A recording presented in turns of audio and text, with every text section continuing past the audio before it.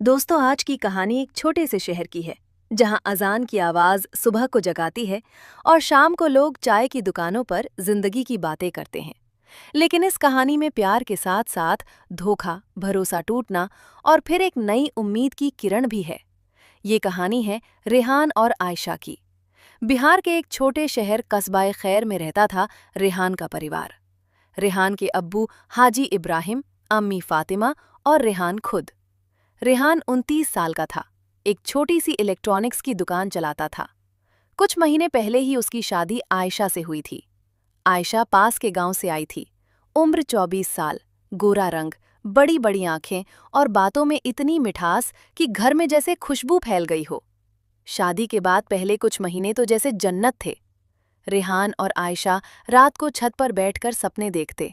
आयशा कहती, आपके साथ तो जिंदगी भी हसीन लगती है। रेहान हंसकर जवाब देता, तू रोएगी नहीं कभी, ये वादा है मेरा। लेकिन हर खुशी के पीछे एक साया होता है। यहाँ वो साया था हाजी इब्राहिम, यानी आयशा का ससुर। शुरू में वो आयशा को बेटी की तरह प्यार करते थे, मगर धीरे धीरे उनकी नजरें बदल गईं। आयशा जब किचन में काम करती तो पीछे से कोई खड़ा महसूस होता। मुड़ती तो अब्बू खड़े मिलते। कुछ चाहिए अब्बू? वो पूछती। नहीं बेटी, बस देख रहा था। और उनकी आंखें कहीं और टिकी रहतीं।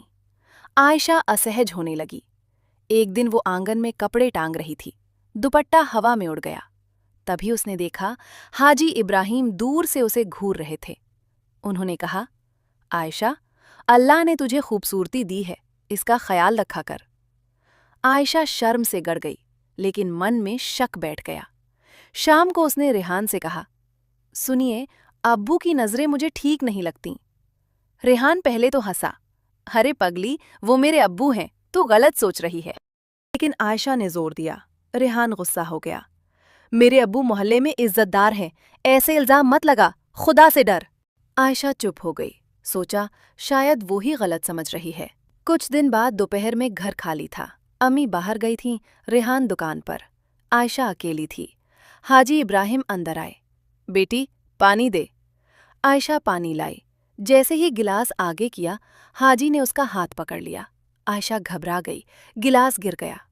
अब्बू, ये क्या? वो कांप कर बोली। हाजी की आंखों में अजीब चमक थी। डर मत, मैं तेरा अपना हूं। अल्लाह ने तुझे इतना हसीन बनाया है। आयशा ने हाथ छुड़ाया और भागकर कमरे में बंद हो गई। वो कांपती रही, रोती रही। शाम को रेहान आया तो आयशा ने रो रो कर सब बताया। लेकिन रेहान ने यकीन नहीं किया। बस कर आयशा, मेरे अब्बू पर ये इल्जाम, शर्म नहीं आती? उसने गुस्से में थप्पड़ मार दिया। तू झूठ बोल रही है ताकि इस घर से निकल सके। आयशा टूट गई। फिर मौका मिलते ही हाजी ने दोबारा कोशिश की। रसोई में पीछे से पकड़ लिया। आयशा चिल्लाई, छोड़िए अब्बू, अल्लाह से डरिए, मैं आपकी बहू हूं। हाजी गुस्से में बोले, अपने हुस्न पर घमंड है? थोड़ा सा प्यार कर लूं तो क्या बिगड़ जाएगा? तभी फातिमा अम्मी आ गई। उन्होंने सब देख लिया। अल्लाह से डरिए हाजी साहब, ये हमारी बेटी है। हाजी पीछे हटे। अम्मी ने आयशा को कमरे में ले जाकर समझाया। लेकिन हाजी चालाक थे। उन्होंने रेहान को उल्टा कहानी सुना दी। तेरी बीवी मुझ पर इल्जाम लगा रही है, उसका चाल चलन ठीक नहीं। रेहान गुस्से से पागल हो गया। घर आकर आयशा को देखते ही बोला, तूने मेरे अब्बू को बदनाम किया, अब मैं तुझे नहीं रख सकता। तलाक, तलाक, तलाक। 3 लफ्जों ने आयशा की दुनिया उजाड़ दी।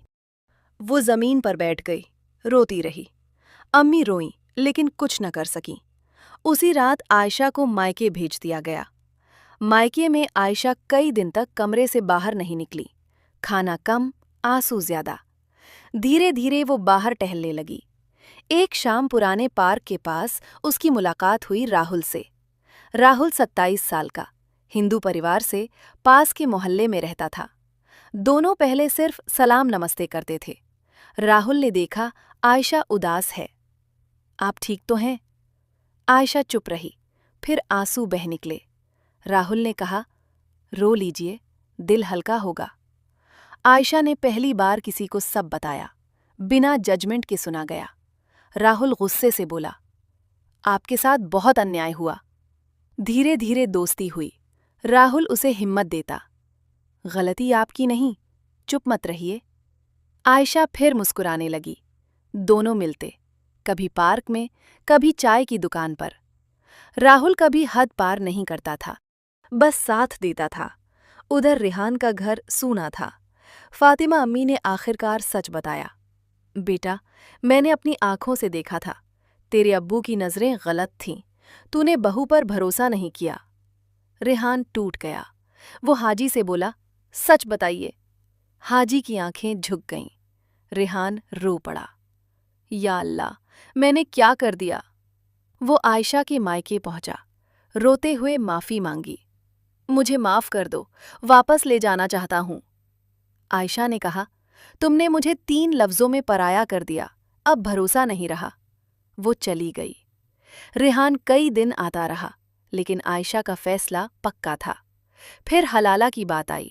मौलवी बोले, पहले किसी और से निकाह, फिर तलाक, इद्दत, तब जाकर दोबारा निकाह। हाजी ने कहा, मैं ही कर लेता हूं हलाला। आयशा डर गई, भागी। अब राहुल ने हिम्मत दी। ये जुल्म है, अपनी खुशी चुनो। धीरे धीरे दोस्ती प्यार में बदल गई। एक शाम राहुल ने कहा, अगर आप चाहें तो जिंदगी भर साथ दूंगा। आयशा मुस्कुराई, मुझे अब डर नहीं, बस सच का साथ चाहिए, और वो तुम हो। परिवार ने मना किया, हिंदू लड़के से इज्जत का क्या। लेकिन आयशा ने फैसला किया। बिना बताए एक छोटे से मंदिर में राहुल से शादी कर ली। कोई शोर नहीं, बस 2 दिलों का भरोसा। राहुल के घर में स्वागत हुआ। उसकी माँ ने कहा, बेटी, ये घर अब तुम्हारा है। आयशा रो पड़ी। जिन अपनों ने छोड़ दिया, गैरों ने अपनाया। मोहल्ले में बातें हुईं, लोग फुसफुसाएं, लेकिन आयशा अब मजबूत थी। राहुल ने कहा, लोग बोलते रहेंगे, लेकिन हमारी खुशी हमारी है। आज आयशा खुश है, उसे सुकून मिला। रिहान अकेला है, पछतावा खाता है। तो दोस्तों, कैसी लगी ये कहानी? नीचे कमेंट में बताना। क्या भरोसा सबसे बड़ी चीज़ है रिश्ते में। लाइक करें, शेयर करें और चैनल को सब्सक्राइब ज़रूर करें, ऐसी ही दिल छू लेने वाली कहानियों के लिए। जय हिंद।